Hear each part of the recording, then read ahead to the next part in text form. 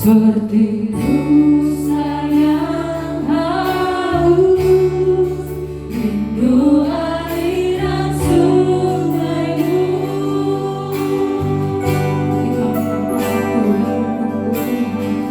Hatiku tak tahan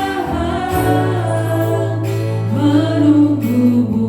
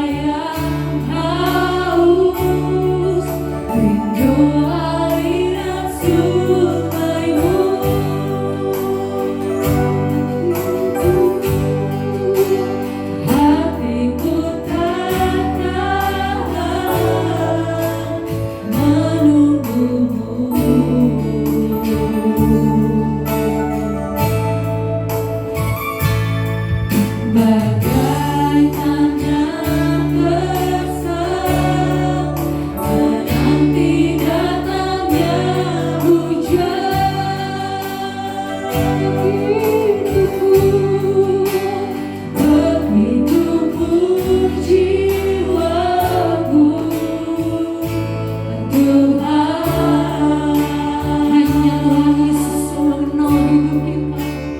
Hanya Engkau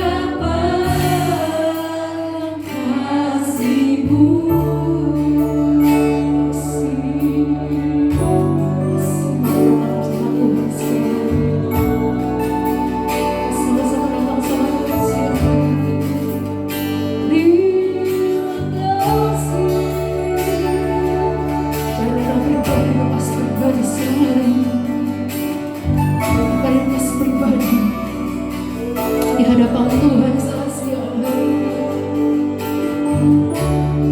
Ini adalah saat teduh kita siang hari ini dengan Tuhan. Quality time kita sama Tuhan. Kasih Tuhan Yesus. Terima kasih Tuhan. Terima kasih.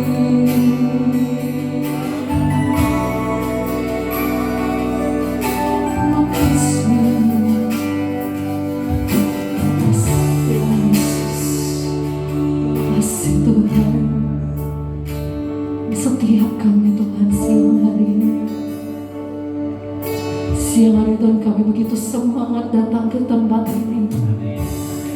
Kami mau mencari pribadi yang luar biasa, pribadi yang selalu ada, pribadi yang selalu mengetahui setiap isi hati kami Tuhan.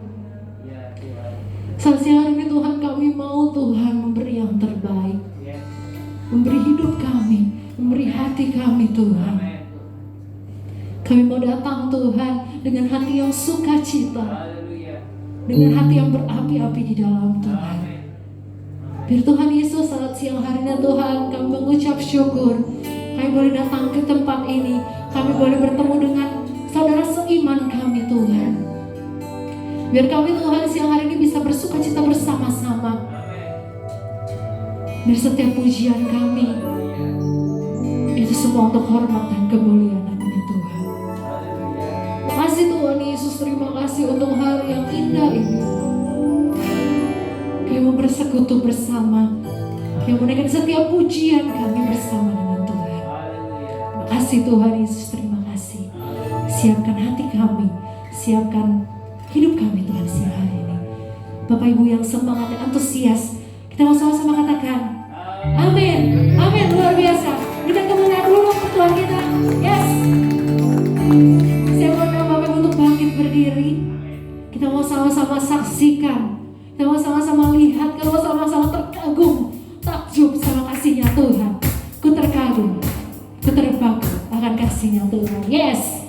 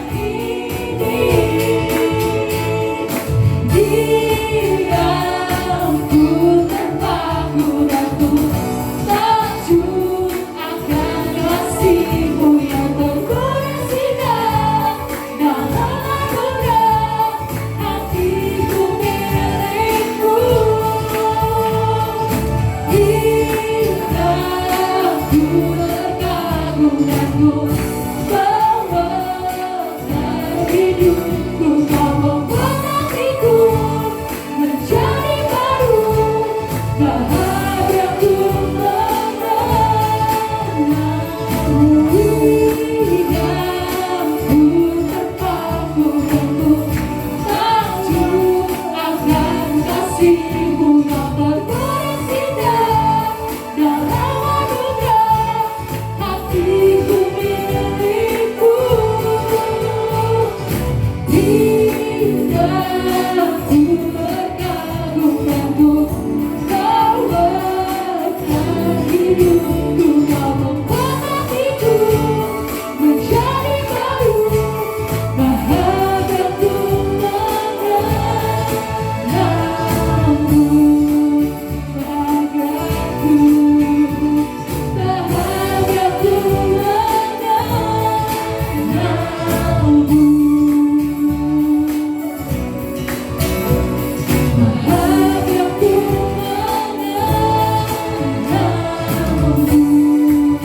Yes.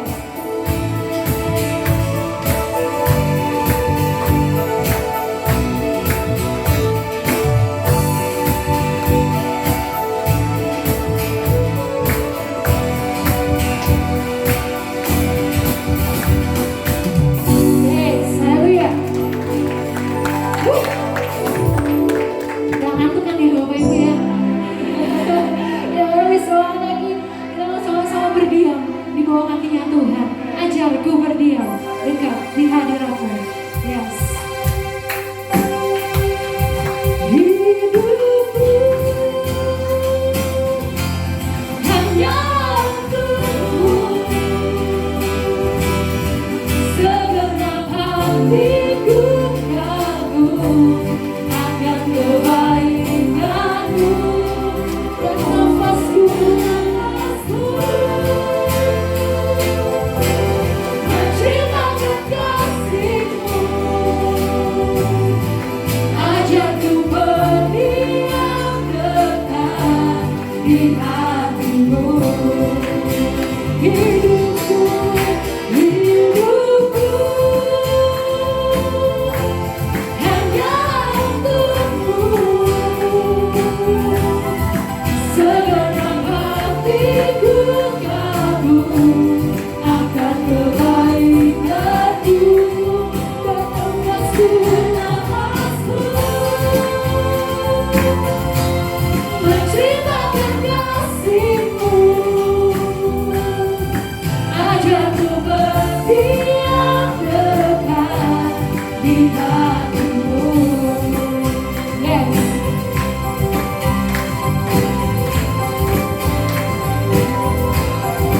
Mau sama-sama berdiam dekat kakinya Tuhan. Haleluya.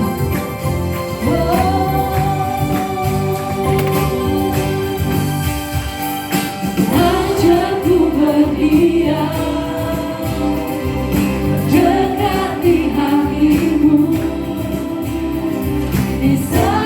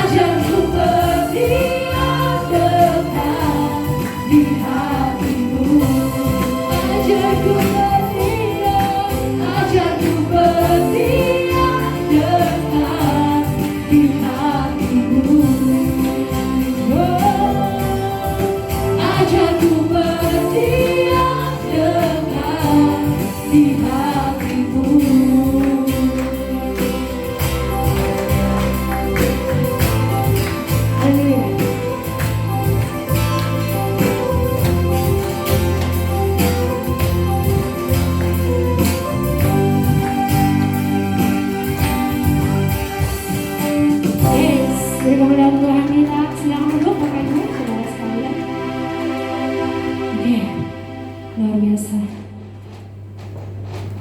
Saat siang hari ini kita bisa sama-sama merasakan, kita boleh sama-sama terkagum akan kasih-Nya Tuhan yang begitu ajaib dalam hidup kita. Mari, sebelum kita mendengarkan kebenaran firman Tuhan, kita mau siapkan hati kita. Kita mau sama-sama sembah Tuhan kita. Kita mau sama-sama mainkan pujian ini. Jadikan kami bejananya Tuhan, bejana yang siap dibentuk untuk hormat dan kemuliaan namanya Tuhan. Makasih Tuhan Yesus.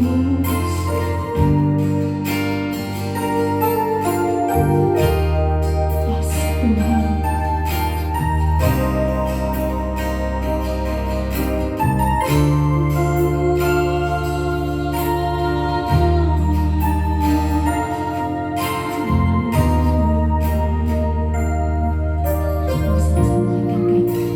Kekuatan di jiwa kami Tuhan hanya dari Tuhan.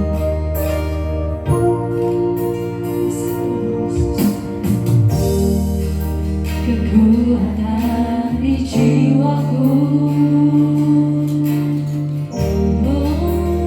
ketenangan di batinku, hadirat-Nya Tuhan ada dalam hadiratku. Ku menyembahmu, tersungkur di bawah kaki-Nya Tuhan siang hari ini. Tersungkur ku di kaki-Mu, rasakan hadirat-Mu. Takkan ku melepaskan-Mu, Kau cahaya bagiku, mengiringmu seumur hidupku, masuk dalam rencana-Mu Bapa. Pikiranku, kehendakku, ku serahkan padamu. Harapanku hanya di dalam-Mu. Ku kan teguh bersama-Mu Tuhan. Jadikan hikmat-Mu rencana-Mu untuk memuliakan-Mu. Pujian Tuhan kesembuhan-Mu, yang mau Tuhan dibuat menjadi bejana-Nya Tuhan. Kuatkan jiwaku, kekuatan di jiwaku, ketenangan di batinmu. Di dalam hadirat-Nya Tuhan, ada dalam hadirat-Mu, ku menyembah-Mu.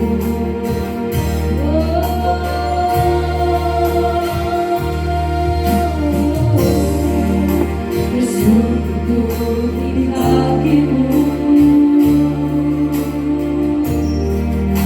rasakan hadirat-Mu. Takkan ku mau lepasmu, takkan ku melepaskan-Mu. Kau cahaya bagiku, mengiringmu seumur hidupku, masuk dalam rencana-Mu Bapa. Pikiranku, kehendakku, serahkan padamu. Harapanku hanya di dalam-Mu.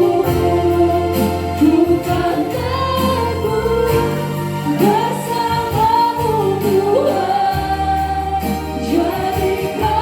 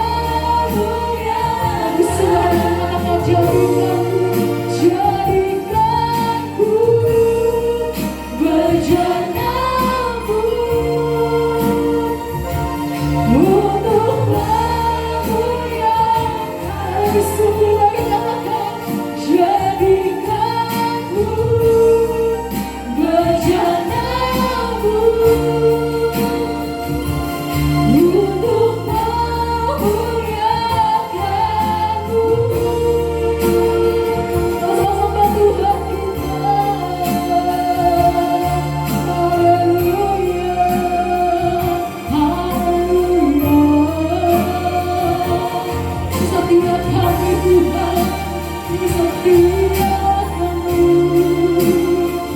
Kami mau jadi bejananya Tuhan. Kami mau serahkan hidup kami Tuhan. Kami mau jadi bejana yang siap dituntun sama Tuhan. Kami mau jadi anak-anaknya Tuhan. Untuk memanjangkan tangannya Tuhan. Dalam tempat kami berada Tuhan. Ajar kami Tuhan. Ajar kami Tuhan untuk selalu belajar. Mau dituntun sama Tuhan. Setia Tuhan yang terjadi dalam hidup kami. Ajar kami Tuhan untuk selalu mau dituntun. Diproses sama Tuhan. Terima kasih Tuhan Yesus. Terima kasih. Mari sembah Tuhan Tuhan. Mari angkat suaramu. Angkat setiap ucapan syukur Tuhan. Haleluya.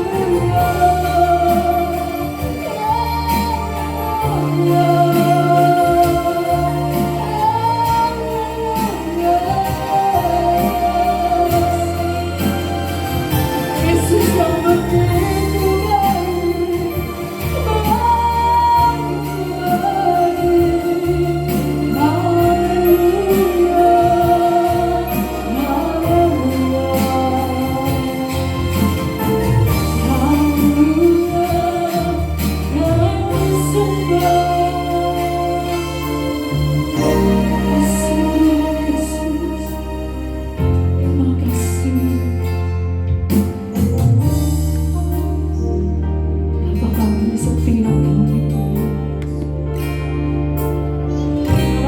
Tuhan yang siap dibentuk dan diproses sama Tuhan. Dan kami tahu Tuhan, karena kami gak suka komitmen sama Tuhan. Karena kami capek sama prosesnya Tuhan. Karena kami mau menyerah Tuhan. Di saat semua ini Tuhan, kami mau perbarui iman kami. Kami mau perbarui Tuhan iman kami Tuhan dengan Engkau. Kami mau sama-sama belajar Tuhan untuk membuka hidup kami, untuk mau terus diproses, berjalan bersama dengan Tuhan. Apapun bedanya, bagaimanapun jalannya lebar atau sempit jalannya, seberapa sulit jalannya Tuhan. Ajar kami Tuhan untuk selalu komit, untuk kami berjalan bersama dengan Tuhan. Dan Tuhan, setiap apapun yang menjadi masalah kami saat siang hari ini, kami juga mau belajar untuk gak fokus Tuhan sama masalah kami. Tapi kami mau pandang Tuhan kami yang lebih besar dari masalah kami. Tuhan kami yang jauh lebih besar, jauh lebih dahsyat. Kasih Tuhan Yesus, terima kasih. Kami mau belajar Tuhan untuk diam di bawah kakinya Tuhan. Itu adalah tempat terindah dalam hidup kami. Kasih Tuhan Yesus, terima kasih Tuhan. Haleluya.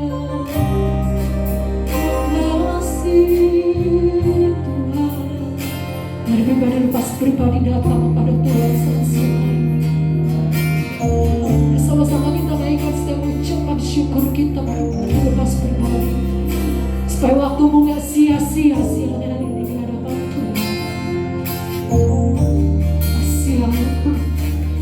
Kasih Allahku yang ajaib. Kamu sama-sama katakan mengiringmu seumur hidup kami. Kasih Tuhan Yesus. Mengiringmu seumur hidupku, masuk dalam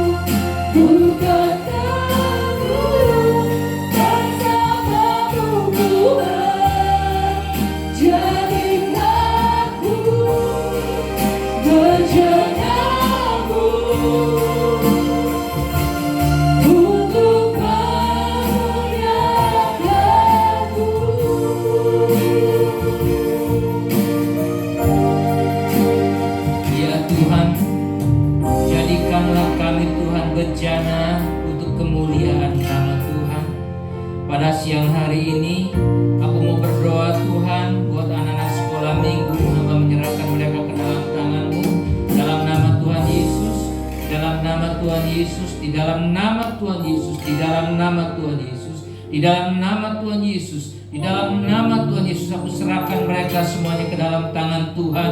Kalau sebentar Tuhan mereka akan mendengarkan kebenaran firman Tuhan, biarlah Tuhan boleh memberkati mereka. Guru yang mengajar juga Tuhan memberkati, mengurapi mereka semuanya ya Tuhan. Hamba serahkan ke dalam tangan-Mu, kiranya penyertaan Tuhan ada pada mereka semuanya ya Bapa. Sebentar kami juga akan mendengarkan kebenaran firman-Mu.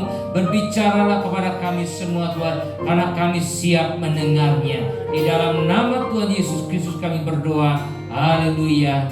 Amin. Puji Tuhan. Silakan duduk saudara. Puji Tuhan.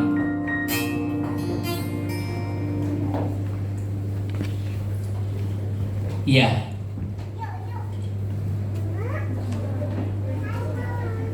Saya percaya seberapa banyak yang hadir pada siang hari ini, Tuhan ada bersama-sama dengan kita. Tuhan hanya melihat dan pengen kita itu setia kepada Dia. Saudara-saudaraku yang kekasih di dalam Tuhan, nah, kesetiaan itu penting sekali di dalam kita mengiring Tuhan. Pada siang hari ini saya akan berbicara firman Tuhan mengenai hoki, keberuntungan. Saudara dalam Tuhan, keberuntungan itu penting sekali dimiliki oleh orang percaya. Dalam dunia bisnis, menurut Gita Wirjawan, mantan Menteri Perdagangan dan seorang pengusaha, katanya, menurut Gita Wirjawan ini, dulu kita selalu mencari orang yang cerdas untuk berhasil. Betul? Terus kata dia, setelah itu berubah. Kita cari orang yang well-rounded, berpengalaman luas. Cerdas aja nggak cukup. Kita butuh orang yang berpengalaman luas untuk dia sukses. Terus berkembang lagi. Tapi akhir-akhir ini sekarang orang yang mencari untuk sukses atau orang yang dicari untuk sukses adalah orang yang beruntung.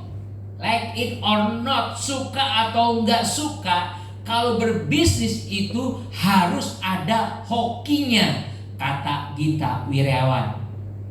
Jadi sukses dalam Tuhan, keberuntungan itu perlu, sangat perlu. Perkembangan berubah, sama seperti dulu. Katanya kalau orang pengen sukses, tes IQ. Ingat ya saudara yang masih sekolah dulu, ayo kalau pengen pinter tes IQ-nya berapa.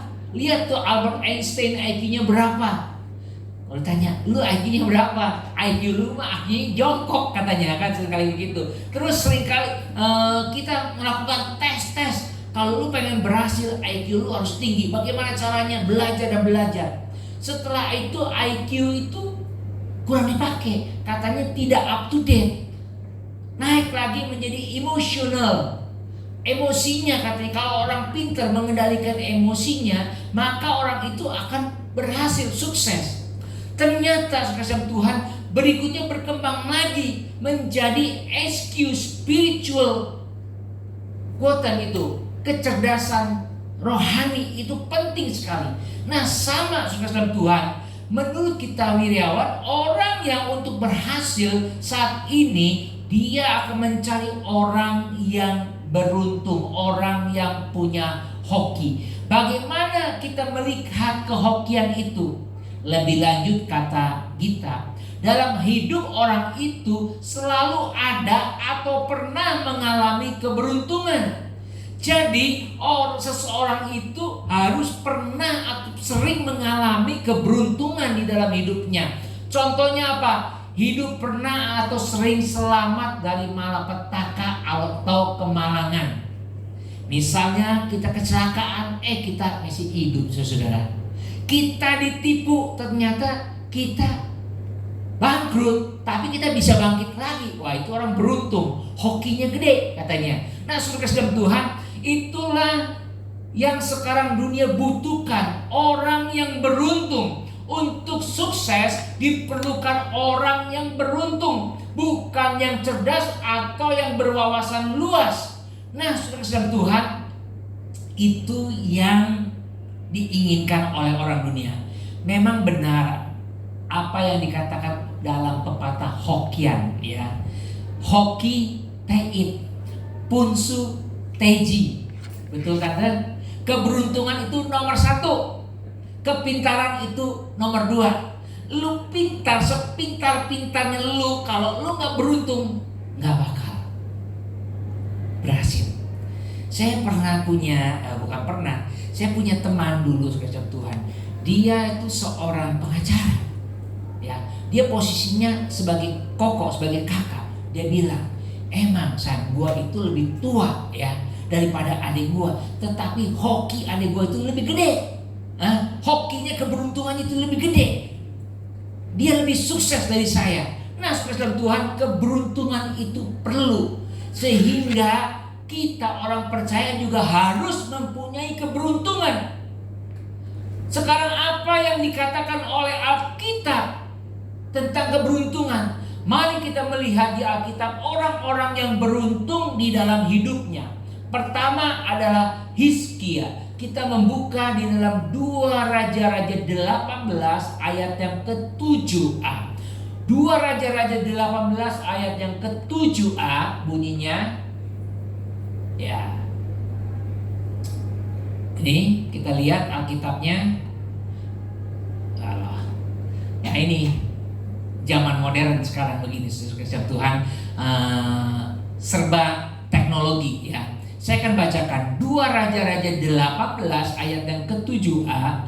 Maka Tuhan menyertai dia, maksudnya Hizkia, kemanapun juga Hizkia pergi berperang, ia beruntung. Saudara kasih Tuhan, Hizkia adalah orang yang beruntung di dalam hidupnya. Pertanyaannya, kenapa Hizkia ini menjadi orang yang beruntung di dalam hidupnya? Karena itu ada di ayat yang sebelumnya. Kenapa dia itu bisa beruntung? Ayatnya yang ketiga. Bisa ditampilkan kanan? Ya. Kalau gitu buka gadgetnya masing-masing, ya. Ayat yang ketiga.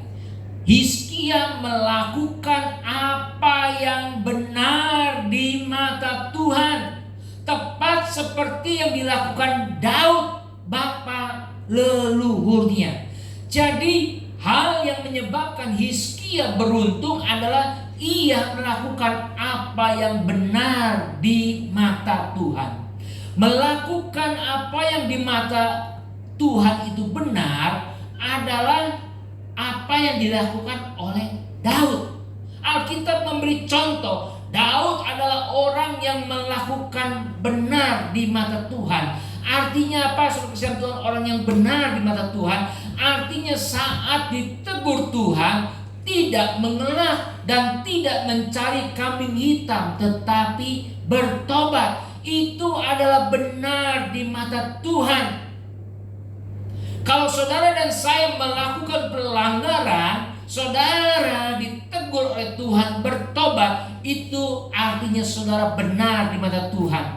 Tetapi kalau saat saudara ditegur oleh Tuhan, mencari kambing hitam, mencari alasan ini itu, saudara tidak benar di mata Tuhan. Contohnya adalah kita lihat perbandingan antara Daud dengan Saul.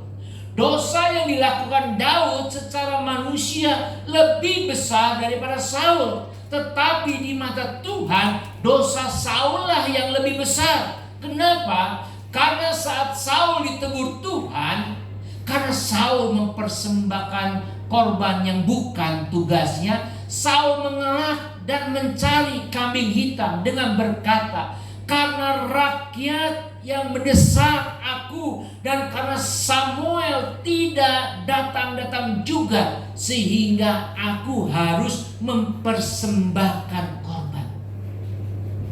Saat itu bangsa Israel diserang oleh orang-orang Filistin.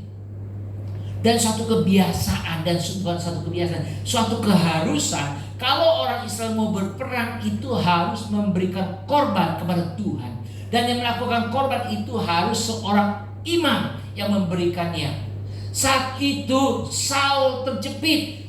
Rakyat berkata, "Ayo Raja Saul, ayo bakar persembahan itu supaya kami bisa maju berperang." Saul bilang, "Samuel belum datang." Tapi itu bukan saja sekali, 2 kali, 3 kali, tapi dia terus mendengar. Akhirnya dia tidak tahan, akhirnya dia membakar persembahan. Saat Alkitab mencatat, saat Saul membakar persembahan, Samuel ucuk datang.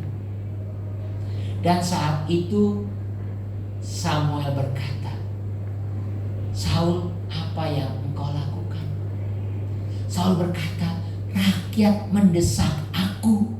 Rakyat menyuruh aku untuk membakar. Sebab musuh sudah semakin dekat menyerang aku." Jadi saudara kasih Tuhan, Saul ini mencari selalu alasan dan alasan.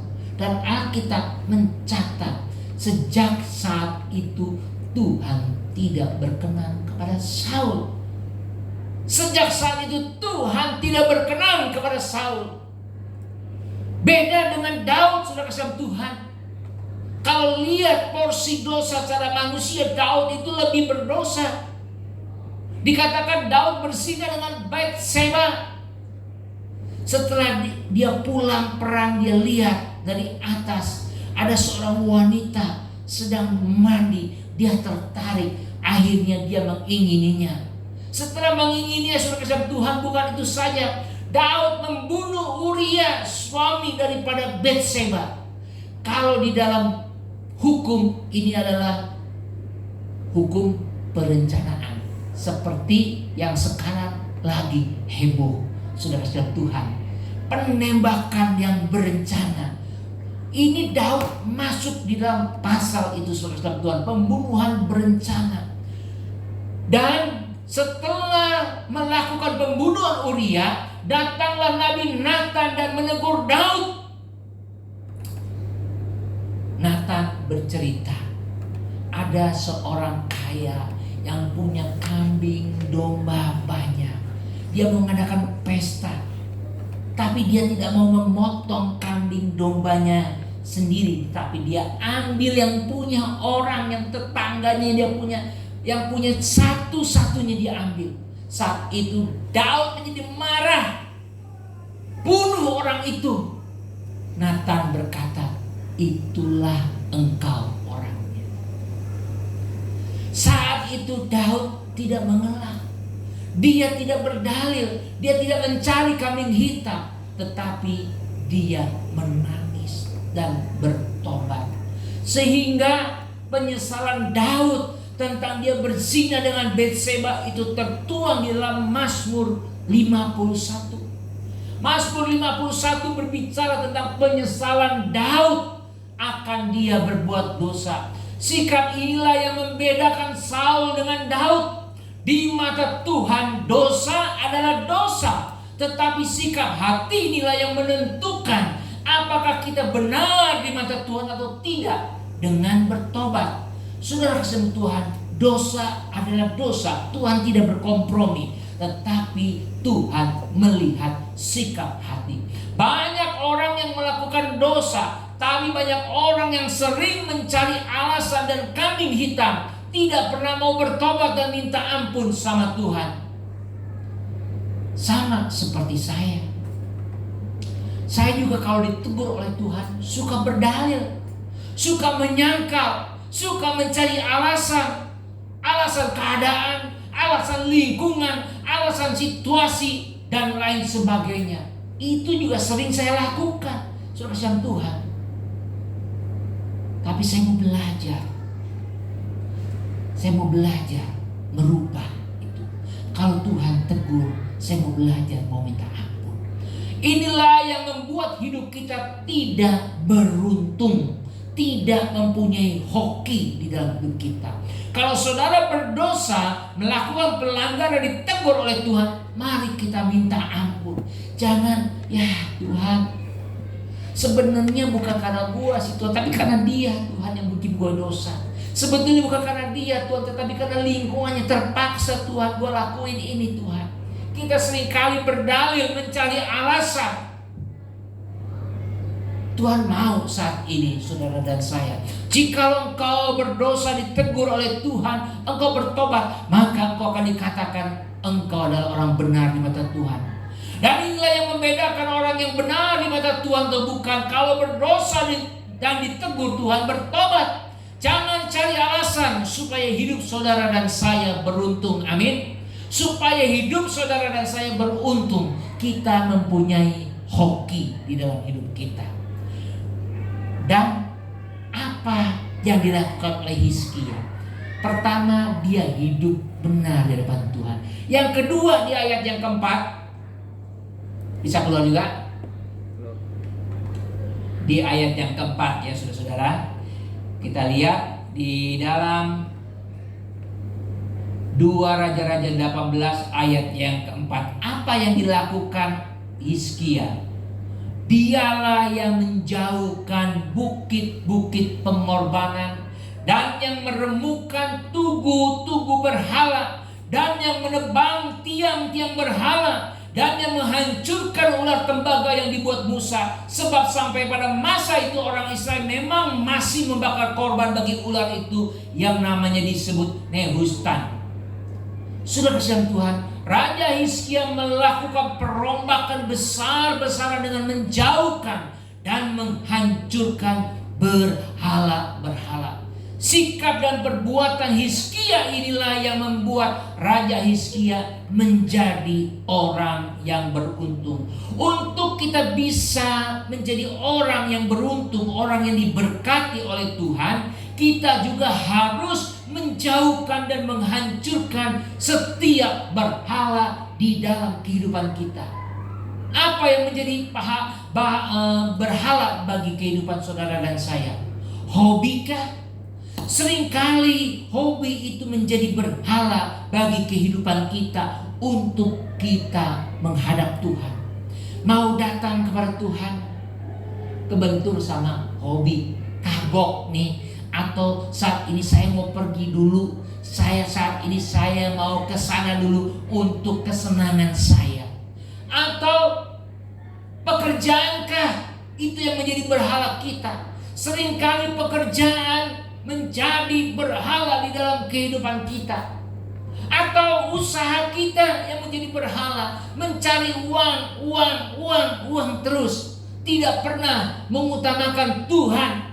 Padahal Tuhan sudah berkata, selama 6 hari engkau bekerja, pada hari yang ke-7 engkau harus beristirahat. Itulah hari Sabat, di mana Sabat itu aku bertemu dengan engkau secara pribadi.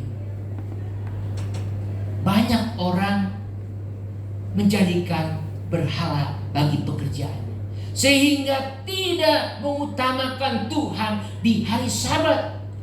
Ingat saudara Tuhan, saat engkau tidak mengutamakan Tuhan di dalam hidupmu, maka keberuntungan itu tidak akan ada. Yang ada kemalangan. Coba saudara bayangkan, kalau saudara bekerja ya, terus bekerja terus, yang hoki bukan saudara. Yang hoki itu dokter. Maaf, ini yang pekerjaannya dokter ya. Dokter yang terima duit. Saudara semakin kerja, semakin capek, penyakit banyak. Teman saya juga sama, saudara Tuhan. Mamanya itu usaha di pasar ya, dagang di pasar. Kerja buka tokonya itu bisa 24 jam, gantian sama bapaknya, gantian. Sampai satu titik dibukakan mata rohaninya, kesadaran, iya ya, gue ngapain ya dagang terus ya? Kalau sakit, yang senang siapa? Dokter yang senang. Ke dokter inilah, ke dokter ono lah, oh kurang manjur. Akhirnya apa? Hari Minggu dia tutup. Sebab dia pikir pertama dia pikir kalau gua tutup ntar pelanggannya kabur. Ternyata kagak, saudara Tuhan. Memang minggu pertama, minggu kedua kabur. Tetapi setelah dikasih tahu, oh Singko itu mah toko itu pasti tutup kalau minggu. Jadi kita datangnya kalau mau belanja satu aja, buat Senin sekalian banyakkan. Nah, sudah kasih Tuhan, janganlah pekerjaan itu menjadi berhala bagi kita atau uang. Seringkali uang itu menjadi berhala bagi kita. Kita ini ketakutan kalau nggak punya uang. Besok gimana ya, makan apa ya? Besok bagaimana? Kita seringkali takut sehingga kita mengejar uang dan uang. Atau sudah kasih Tuhan, yang menjadi berhala kita itu apa? Anak. Tanpa sadar anak menjadi berhala bagi kita. Apalagi kalau keluarga yang sudah lama gak punya anak. Saya punya teman pendeta, saudara Tuhan. Dia tidak punya anak lama sekali. Lama tidak punya anak. Sekali punya anak, itu anak seperti Tuhan, diberhalakan, saudara kasih Tuhan. Anaknya itu dijaga manis baik-baik. Ada, jangan dikira nggak ada. Jemaat pendeta sama saja. Saudara Tuhan, anak seringkali itu menjadi berhala bagi kita. Nah, kita harus singkirkan atau kesenangan dunia yang lain, hobi-hobi yang lain. Gadget kita seringkali itu menjadi berhala buat kita. Saat ini sudah bukan rahasia lagi bahwa gadget itu menjadi berhala bagi setiap manusia. Bukan agama Kristen doang, semua agama dijadikan berhala. Tapi memang yang kadang-kadang orang Kristen itu yang lebih keterlaluan. Maksudnya begini, maksudnya saudara Kristen Tuhan, saya percaya punya gadget bukan hanya orang Kristen. Semua agama juga punya, semua umat juga punya. Tetapi coba perhatikan saudara Kristen Tuhan, ada nggak nih, maaf saudara kasih Tuhan, kalau lagi sembahyang 5 waktu bawa gadget? Ada yang bawa gadget? Atau lagi sholat Jumatan bawa gadget? Aduh, imamnya pasti akan bilang ente kafir. Nggak ada. Tapi kita kebanyakan orang Kristen ini bawa gadget, ya. Buka kadang-kadang online, buka transaksi apa segala macam. Atau sudah kalau lihat agama yang lain, ya. Lagi sembahyang, lagi pai-pai, nggak ada pegang gadget, saudara. Dia akan stop dulu. Nah, saudara kasih Tuhan, memang gadget ini sudah menjadi berhala bagi kehidupan manusia. Apapun agamanya, saudara kasih Tuhan, seringkali mendewakan itu gadget.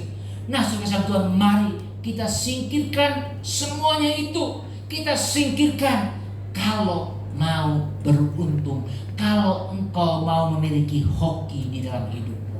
Itu yang dilakukan yang pertama Hizkia. Yang kedua, saudara Tuhan, Yosua. Apa yang dilakukan oleh Yosua di dalam Yosua 1 ayat yang ke-7 dan ayat yang ke-8. Ini ayat yang sangat terkenal sekali. Saya akan bacakan demikian. Hanya kuatkan dan teguhkanlah hatimu dengan sungguh-sungguh. Bertindaklah hati-hati sesuai dengan seluruh hukum yang telah diperintahkan kepadamu oleh hamba-Ku Musa. Janganlah menyimpang ke kanan atau ke kiri, supaya engkau beruntung kemanapun engkau pergi. Ayat yang 8. Janganlah engkau lupa memperkatakan kitab Taurat ini, tetapi renungkanlah itu siang dan malam, supaya engkau bertindak hati-hati sesuai dengan segala yang tertulis di dalamnya. Sebab dengan demikian perjalananmu akan berhasil dan engkau akan beruntung. Dari 2 ayat ini ada yang perlu digarisbawahi. Yang pertama, jangan menyimpang ke kanan dan ke kiri. Yang kedua, jangan lupa memperkatakan kitab Taurat itu. Nah, saudara kasih Tuhan, jangan menyimpang ke kanan dan ke kiri. Artinya janganlah kita bercabang hati saat ikut Tuhan, ya. Kalau lagi ke gereja, ikut Tuhan. Kalau lagi gak ke gereja, ikut hantu, ya. Itu memang sudah umum, saudara Tuhan. Saya tidak bilang di sini, di sana, di mana-mana itu rata-rata, saudara Tuhan. Contohnya kalau saya pernah lihat kasih Tuhan. Orang Kristen saat dia tokonya dirampok, kemalingan, dia pergi ke dukun. Pas ditanya, kok Ci kenapa ke dukun? Jawabnya apa? Ke dukun lebih cepat, Tuhan mah lama katanya. Betul saudara? Tuhan mah lama, dukun mah cepat. Dengan kasih lu informasi saat itu langsung bisa dapat jawaban. Kalau Tuhan mah lama. Nah ini artinya saudara Tuhan bercabang hati, menyimpang ke kanan dan ke kiri. Kalau kita saudara Tuhan senang, biasanya hanya percaya Tuhan. Tapi kalau lagi susah, enggak percaya sama Tuhan. Nah saudara Tuhan, kita harus luruskan mata rohani kita kepada Tuhan. Tuhan tidak senang kalau pandangan kita tidak lurus ke depan, apalagi menoleh ke belakang. Ingat cerita daripada istri Lot. Saat dia menoleh ke belakang, dia menjadi tiang garam. Sama dengan saudara dan saya, saat engkau tidak meluruskan pandanganmu ke depan, jangan menyimpang ke kanan dan ke kiri. Saat engkau melakukan itu, engkau akan mengalami kegagalan. Memang untuk tidak menoleh ke kanan dan ke kiri itu butuh perjuangan dan pengorbanan. Tidak sedikit godaan yang menggoda iman kita untuk beralih daripada Tuhan. Tidak mudah untuk kita tetap lurus, saudara. Tidak mudah. Godaan itu banyak sekali. Di luar sana banyak. Kadang-kadang godaan itu juga datang dari pasangan kita, dari teman kita, dari keluarga kita. Godaan itu banyak sekali. Atau juga bahkan dari diri kita sendiri. Maka dari itu saudara Tuhan, kita harus mengarahkan pandangan kita kepada Tuhan. Iblis akan berusaha dengan sekuat tenaga dan merasionalisasikan keadaan untuk kita menyimpang kepada Tuhan. Itu iblis seringkali merasionalisasikan, bikin wajar. Contohnya apa? Hawa saat digoda oleh ular, padahal Tuhan sudah berfirman kepada Adam dan Hawa, ingat loh, buah yang di tengah-tengah itu jangan lo makan. Iblis melalui bentuk wujud ular merasionalisasikan, nggak apa-apa, lu mau pegang aja nggak apa-apa, jangan kan pegang, lu makan lu nggak apa-apa. Masa buah lu makan lu bisa jadi berubah? Mana ada kamusnya. Lu makan buah itu bisa berubah. Merasionalisasikan keadaan itu iblis. Lu masa ngelakuin begini aja Tuhan marah? Masa lu melakukan begini aja lu berdosa? Seringkali iblis seperti itu. Dan apa yang terjadi saat Hawa memakan buah itu? Beda kenyataannya. Benar apa yang Tuhan katakan, jangan kamu makan. Saat kau makan mati. Betul. Saat dia makan terbuka matanya, dia baru tahu tentang dosa, tentang baik dan jahat. Saat itu dia mulai menutupi tubuhnya karena malu. Nah saudara Tuhan, jadi saudara Tuhan, seringkali ingat iblis itu merasionalisasikan keadaan untuk kita bisa menyimpang daripada Tuhan. Tuhan Yesus juga sama. Saat Tuhan Yesus setelah berpuasa 40 hari 40 malam, saudara bisa bayangkan puasa 40 hari 40 malam, laparnya seperti apa? Pernah puasa?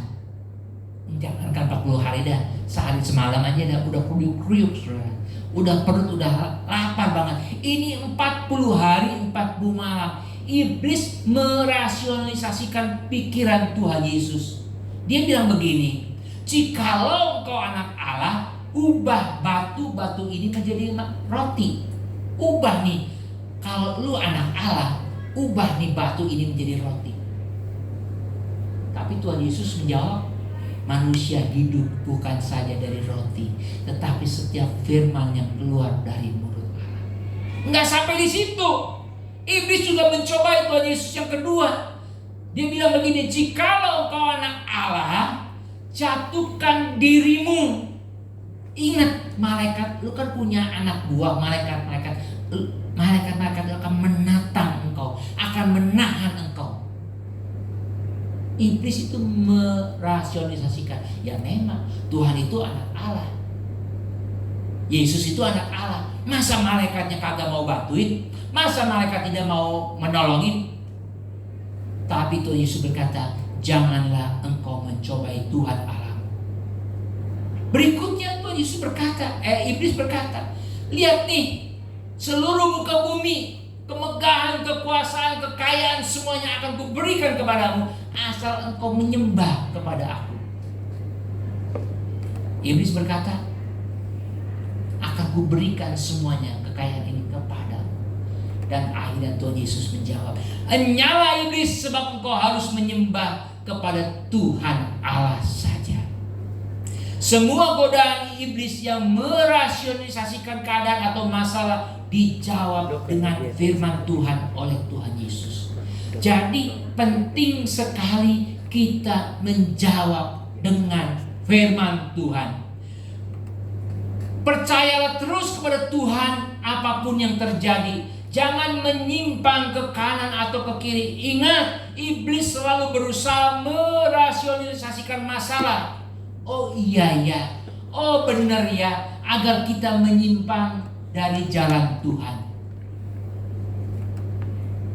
Iblis seringkali menggoda kita. Jadi jangan kita menyimpang. Berikutnya, jangan lupa memperkatakan kitab Taurat itu.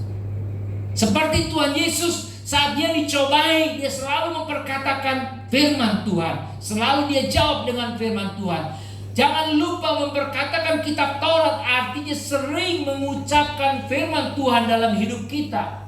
Seperti yang tadi saya katakan, setiap pencobaan Tuhan Yesus oleh iblis selalu dijawab dengan firman Tuhan. Ada tertulis, ada tertulis. Saudara-saudara Tuhan, kata firman dalam bahasa Yunani itu ada 3. Kata firman itu dalam bahasa Yunani itu ada 3. Yang pertama grape. Grape itu tulisan. Tulisan bisa dibaca, bisa dilihat. Graf, mereka ada tulisan. Yang kedua, kata firman dalam bahasa Yunani itu logos. Logos yang kedua. Logos adalah kata-katanya, pesannya. Apa yang diucapkan itu ada pesannya, itu logos. Yang kedua. Yang ketiga untuk kata firman adalah rema. Rema adalah firman yang bisa berbicara secara pribadi kepada seseorang. Contohnya nih, kita membaca saat ini satu ayat sama-sama. Misalnya Mazmur 23, Tuhan adalah gembalaku. Nah, setiap orang memaknai Tuhan adalah gembalaku ini berbeda-beda. 10 orang yang membaca maka ada 10 makna. Itu adalah rema. Dan rema itu juga saat ini kita membaca Tuhan adalah gembalaku. Kita mempunyai makna seperti ini. Besok atau entar sore atau entar malam kita baca ayat yang sama, itu bisa memiliki makna yang lain. Itu artinya rema. Tuhan berbicara kepada setiap pribadi secara spesifik, secara khusus. Jadi saudara Tuhan, kata firman di dalam bahasa Yunani ada 3, grape, logos, dan rema. Tuhan menyuruh kita untuk sering memperkatakan firman-Nya, karena firman-Nya itu akan berbicara berbeda-beda kepada kita. Saudara, output itu tergantung daripada input. Kalau inputnya jelek, maka outputnya juga jelek.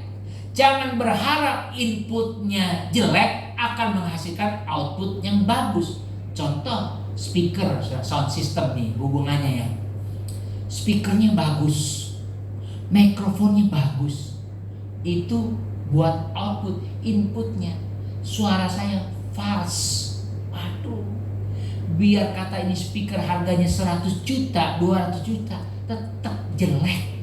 Karena apa? Inputnya jelek. Ya, Oh, ada orang bilang, oh gampang Pak Pendeta, sekarang nyanyi buat suaranya bagus ada pakai efek. Tetap lu mau pakai efek yang paling mahal pun tetap suaranya jelek. Karena apa? Inputnya jelek. Input jelek, keluarnya juga jelek. Nah, sudah kasih Tuhan, itu yang kita harus perhatikan. Yang kita masukkan dalam hati kita, kepahitan, kekecewaan, keputusasaan, yang keluarnya juga akan tidak bagus. Kepahitan, kekecewaan, semua hal yang tidak baik itu akan keluar. Kalau saudara terimanya apa? Masuknya apa? Pahit sama orang, kecewa sama orang, kita keluar juga ngomongnya pasti akan kekecewaan. Input itu tergantung daripada output itu tergantung daripada output. Tetapi kalau yang kita masukkan itu baik, positif, membangun, memberi pengharapan, mengucap syukur, maka yang keluar juga itu semua akan baik. Maka dari itu Tuhan menyuruh kita untuk jangan lupa memperkatakan kitab Taurat itu dan firman itu siang dan malam, agar kita mendapatkan masukan yang positif dari firman Tuhan, agar hidup kita beruntung. Firman Tuhan selalu mengajarkan kepada kita, berharaplah kepada Tuhan, mengucap syukurlah kepada Tuhan, senantiasalah berdoa dan mengucap syukur. Firman Tuhan mengajarkan hal-hal yang positif. Jadi saat kita punya masalah, kita ingat, oh iya, Tuhan mengajarkan kita untuk berharap pada Tuhan. Oh iya, kalau saat lagi kita punya masalah, jangan takut, Tuhan adalah gembalaku. Dia akan menuntun aku ke air yang tenang dan rumput yang hijau. Itu kalau kita punya input yang bagus. Kalau inputnya jelek, saya mau cerita saudaraku, ya. Ini terjadi mungkin tahun 80-an kali ya. Lagu Jangan-jangan samakan dia dengan yang lain, itu siapa penyanyinya? Itu lagu lama, lagu Arafik ya, itu tahun 80-an. Nah, ini cerita nyata, saudaraku. Cerita nyata. Itu input itu tergantung daripada output ya. Satu hari ini di sebuah provinsi Jawa Barat, di daerah pedalaman ya, ada seorang tetangga itu setiap hari nyanyi lagu itu. Tetangganya dengar, aduh kesel banget, kurang ngajar nih, jangan-jangan samakan. Emang lu mau samain sama siapa? Jangan-jangan samakan dia dengan yang lain. Dia nyanyi terus setiap hari, saudara. Dia nyanyi, itu tetangganya sampai pusing-pusing kepala. Tetapi setiap hari dia dengar input yang masuk ke dalam hati. Tahu nggak saudara? Satu saat pas tetangganya udah kagak nyanyi lagi, udah hilang dari perairan, kagak nyanyi lagi. Satu hari pas dia lagi nyetrika, dia nyanyi jangan-jangan samakan. Nah, itu membuktikan output itu tergantung input kita. Sama kalau saudara membaca firman Tuhan, keluarnya juga firman Tuhan. Kalau maaf kata bahasa saya, kalau kita dengan yang goblok anjing babi terus, keluarnya juga sama begitu. Benar gak? Coba saudara, kalau setiap hari dengarnya anjing babi lu sialan, itu setiap hari coba kita dengerin aja terus, otomatis mulut kita juga akan keluar seperti itu. Output itu tergantung input. Kalau kita dengarnya kepahitan, kekecewaan, terus tidak ada pengharapan, keluarnya juga sama. Kalau dapat masalah, iya ya, kayaknya nggak bisa ya, Tuhan kayaknya nggak mungkin nih Tuhan, kayaknya karena kita tidak punya input yang bagus. Maka dari itu Tuhan berbicara kepada kita, renungkanlah firman itu, Taurat itu siang dan malam, supaya kalau engkau punya masalah, engkau akan bertindak hati-hati. Engkau ingat firman Tuhan, engkau ingat firman Tuhan. Saudara-saudara kasih Tuhan, jadi penting sekali kita memperkatakan kitab Taurat itu siang dan malam. Kita perlu tuntunan Tuhan melalui firman-Nya agar kita beruntung dalam hidup ini. Selain hidup benar, menjauhkan berhala, jangan menyimpang ke kanan dan ke kiri, dan memperkatakan kitab Taurat. Ada satu lagi supaya kita beruntung. Ada satu lagi yang terakhir, menghormati orang tua. Harus, orang bilang harus harus baik kepada orang tua. Ulangan 5 ayat yang ke-16. Ulangan 5 ayat yang ke-16 berbunyi demikian. Hormatilah ayahmu dan ibumu seperti yang diperintahkan kepadamu oleh Tuhan Allahmu, supaya lanjut umurmu dan baik keadaanmu di tanah yang diberikan Tuhan Allahmu kepadamu. Ada yang saya garis bawahi kata dan baik keadaanmu. Dan baik keadaanmu ini berbicara tentang orang yang mempunyai hoki, orang yang beruntung, saudara-saudara Tuhan. Baik saat ini keadaan kita karena kita mempunyai keberuntungan. Saya percaya orang yang menghormati orang tuanya, yang tidak memperlakukan orang tuanya seenaknya, memperlakukan orang tuanya dengan rasa hormat dan tidak merendahkannya, hidupnya pasti akan beruntung. Hidupnya pasti akan diberkati. Saya percaya hukum ini bersifat universal. Bukan saja milik orang Kristen, tetapi di dalam kekristenan ada penekanan yang sangat lebih, sehingga masuk di dalam 10 perintah Tuhan. Hormatilah ayah dan ibumu. Jadi saudaraku yang kekasih dalam Tuhan, 10 perintah Tuhan bagi bangsa Israel itu gak boleh dilanggar. Oh kualat, celaka, lu langgar lu celaka. Memang menghormati orang tua itu adalah universal, tetapi di dalam kekristenan tekanannya itu lebih lagi. Maka dari itu saudara-saudara Tuhan, kita harus menghormati orang tua kita. Kita harus memperlakukan orang tua sebagaimana mestinya. Saya percaya apa yang saya mau sampaikan juga saudara-saudara memahaminya. Saya menyaksikan dengan mata kepala saya sendiri orang-orang yang hidupnya tidak menghormati papa mamanya, nggak ada yang berhasil. Orang bilang pokwan, ya. Nah itu orang yang kualat, orang yang durhaka. Itu nyata. Tapi kita perhatikan, ada orang-orang yang menghormati orangnya, orang tuanya, papa mamanya. Memang papa mamanya itu orang yang maaf kata orang yang goblok, ya, keterlaluan. Memang papa mamanya terlalu cerewet. Tetapi kalau kita mempunyai sikap hati menghormati dia sebagai orang tua, hidup saudara itu pasti akan diberkati oleh Tuhan. Ingat, firman Tuhan itu tidak pernah gagal. Firman Tuhan itu tidak pernah bohong. Saya merasakan sendiri, saudara Tuhan. Saya melihat beberapa orang yang memperlakukan orang tuanya tidak baik, hidupnya tidak akan beruntung. Hidupnya tidak ada hoki. Tidak ada hoki. Mari kita lakukan hidup benar di hadapan Tuhan. Menjauhkan segala berhala dalam hidup kita. Jangan menyimpang ke kanan dan ke kiri saat mengikut Tuhan. Sering memperkatakan firman Tuhan setiap hari. Dan yang terakhir, menghormati orang tua. Saya percaya hidup kita pasti akan beruntung. Punya hoki. Seperti yang dikatakan oleh Gita Wirjawan, kesuksesan ada pada orang yang punya hoki, orang yang mempunyai keberuntungan. Milikilah hoki yang daripada Tuhan, amin. Milikilah keberuntungan yang daripada Tuhan dengan melakukan semua apa yang Tuhan ajarkan kepada kita, amin. Saya undang pemain musik, kita menyanyikan pujian Tuhan, ku mau menyenangkanmu.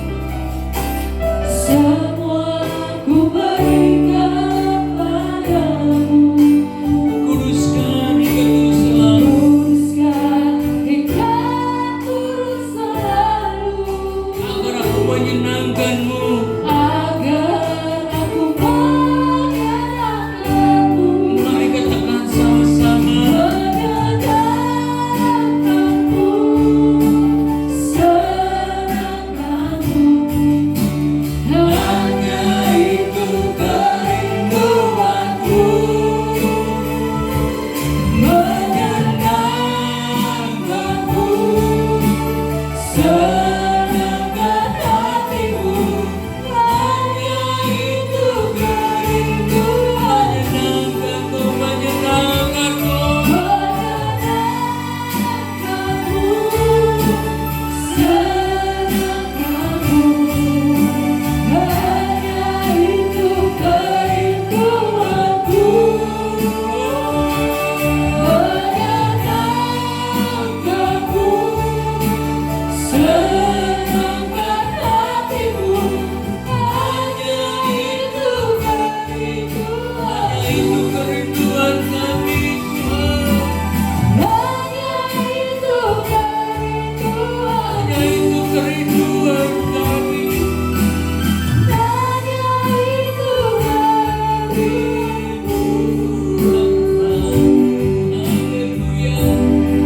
Haleluya, haleluya,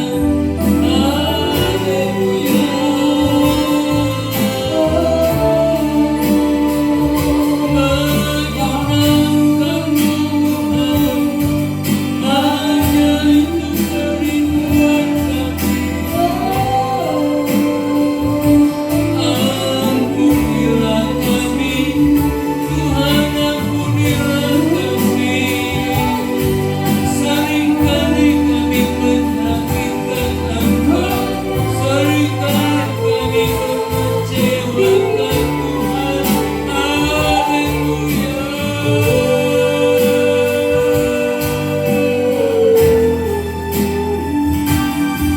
Tuhan jamah kami, Tuhan jamah kami. Haleluya.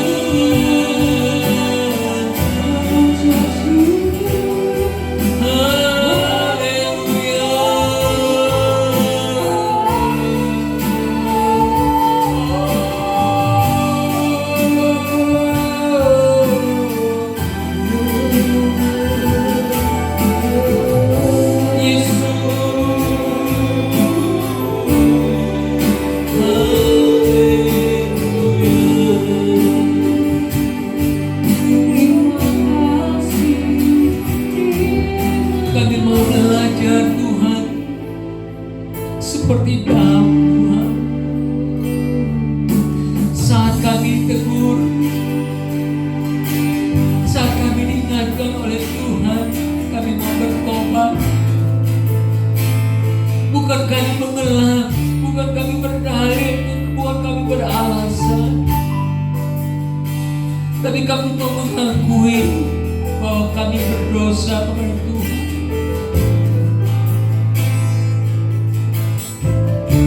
Tuhan, ampunilah kami Tuhan.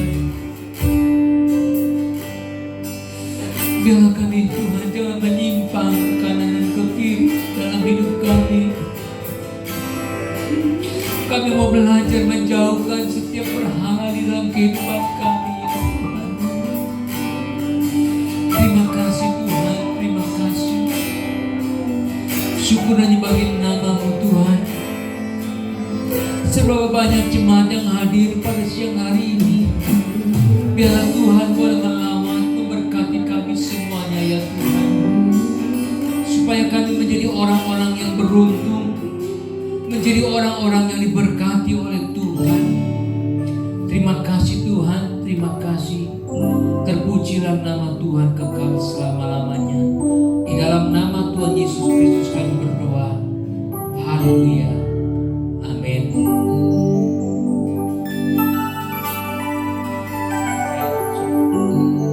Ya, saudara-saudara, biar kita mau setia terus kepada Tuhan.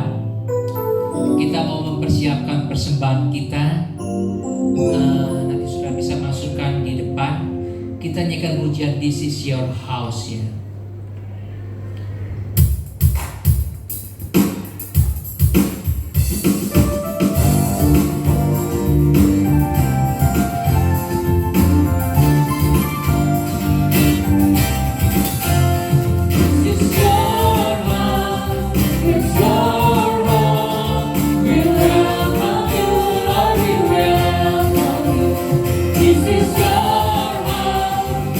Your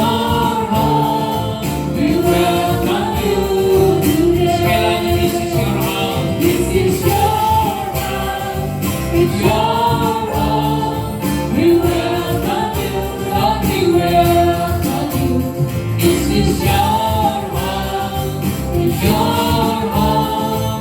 We welcome you today. We welcome you today. We welcome you today. Puji Tuhan, pujian ini saya sangat suka sekali. Ini adalah rumah Tuhan. This is your house, your home. Sesuai dengan gereja kita GBI Home. Tapi ada singkatannya, House of Mercy. Rumah anugerah untuk pengampunan setiap orang yang berdosa. Sebab saat kita datang kepada Tuhan, ada mercy, ada anugerah yang Tuhan berikan kepada kita. Puji Tuhan, saudara-saudara, minggu depan kita akan dilayani oleh Bapak Pendeta Origenes Dani dari GBI Rock Taman Cibodas, Tangerang ya. Taman Cibodas, mungkin tepatnya Cibodas Niaga ya, ruko di Cibodas. Mari kita mau datang setia beribadah pada Tuhan. Saya percaya kita semua pasti akan diberkati oleh Tuhan. Sebab Tuhan berkata kepada kita, tidak ada yang sia-sia apa yang kau kerjakan di mata Tuhan. Mungkin saat ini kau tidak menikmati hasilnya, tetapi mungkin minggu depan, mungkin bulan depan, mungkin tahun depan, saya percaya apa yang kita tabur hari ini pastilah itu akan berbuah. Amin, saudara.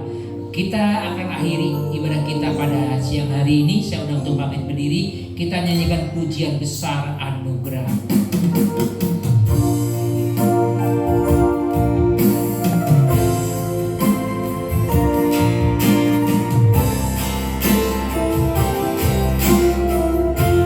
Besar anugerah-Mu Tuhan.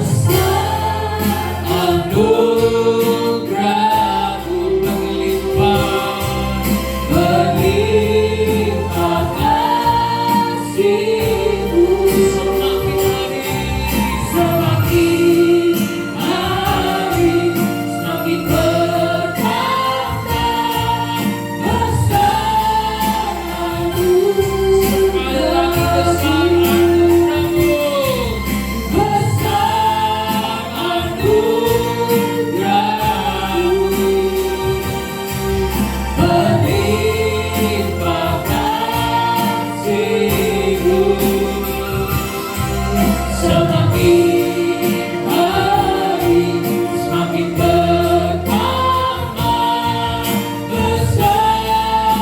anugerah. Semakin hari, semakin hari, semakin bertambah besar anugerah-Mu. Haleluya. Terima kasih Tuhan. Inilah yang kami percaya, bahwa semakin hari semakin bertambah besar anugerah-Mu kepada kami. Dan kami percaya juga semakin hari semakin besar anugerah-Mu kepada gereja di tempat ini yang Tuhan percayakan kepada kami Tuhan. Biarlah Tuhan boleh memberkati gereja ini ya Tuhan. Hamba berdoa untuk jemaat Tuhan yang tidak hadir pada hari ini.